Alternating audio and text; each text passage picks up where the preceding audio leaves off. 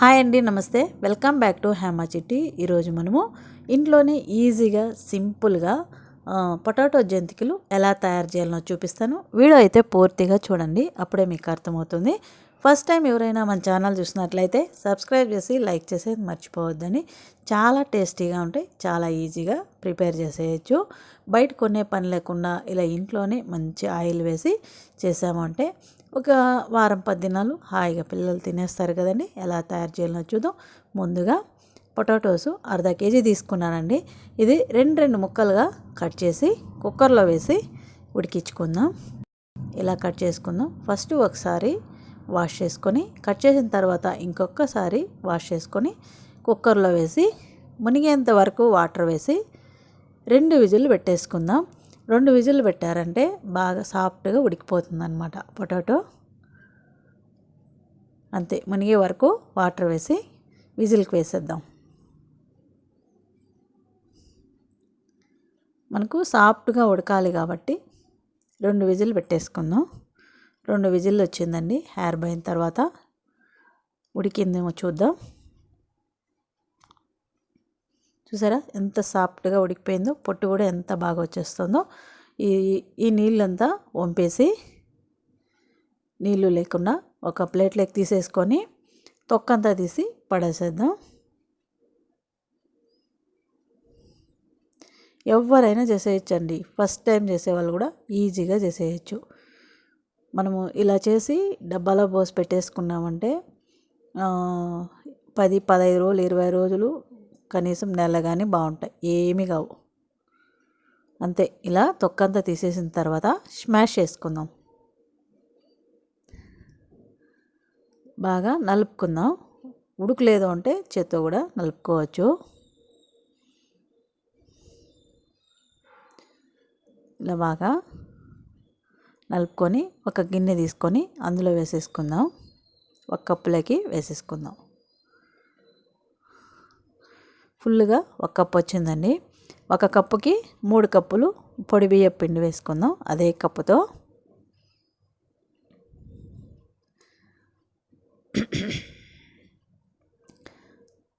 ఒక బౌల్ తీసుకొని ఇందులో పొడి బియ్యం పిండి అండి, 3 కప్పుల వరకు పొడి బియ్యం పిండి, 1 కప్పు పొటాటో ఉడికిచ్చిందనమాట. టోటల్గా 4 కప్పులు. మనం ఫస్ట్ అయితే పొడి బియ్యం పిండి వేసుకొని వెన్న కరిగిచ్చి వేసుకుందాము. వెన్న లేదు అనుకుంటే ఆయిల్ అయితే బాగా వేడి చేసి వేసుకోండి. వెన్న కనుక అయితే కరిగితే సరిపోతుంది. ఈ పొడి బియ్యం పిండిలో కారం పొడి తగినంత వేసుకుందాం. నేనైతే 3 స్పూన్లు వేసాను. కొద్దిగా పసుపు పొడి వేసుకొని కొద్దిగా వాము నలిపి వేసుకుందాం. ఇంతే అండి, జాస్తి ఇంగ్రీడియంట్స్ ఏం అవసరం లేదు. సింపుల్ అనమాట. మన ఇంట్లో ఉండే వాటితోనే ఈజీగా చేసేసుకోవచ్చు. వెన్న బదులు ఆయిల్ కానీ వేసుకోవచ్చు. ఆయిల్ అయితే పచ్చి ఆయిల్ వేయద్దు, వేడిగా వేయండి. ఆయిల్ అయితే కనుక, వెన్న అయితే కనుక కరిగిచ్చి వేస్తే సరిపోతుంది. ఇందులోనే సాల్ట్ కొద్దిగా వేసి ఒకసారి బాగా కలుపుకొని ఈ వెన్న కరిగిచ్చి వేసేసి ఇదంతా ఈ పిండికి పట్టేలాగా కలుపుకుందాం.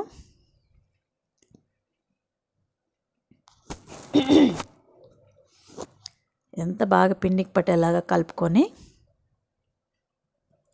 మనం చేత్తో ప్రెస్ చేసినప్పుడు అలా రావాలన్నమాట. రాలేదంటే కొద్దిగా వెన్న కానీ కొద్దిగా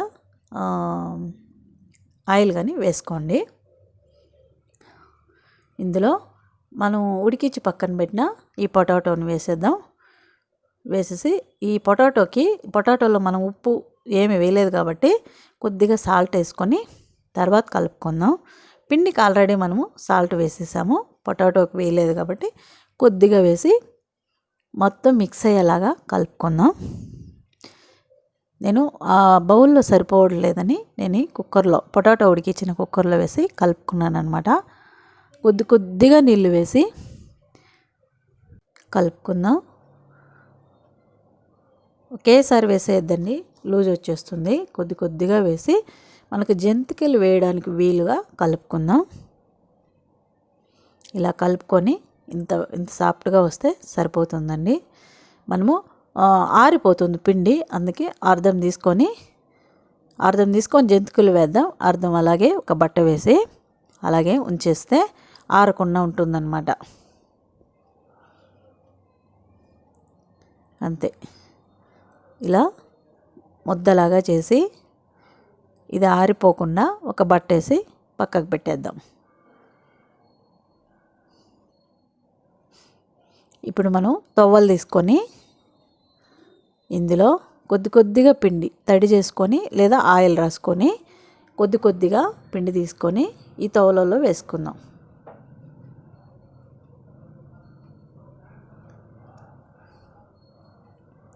ఇలా నేనైతే స్టార్ తీసుకున్నానండి ప్లేటు, మీ ఇష్టము.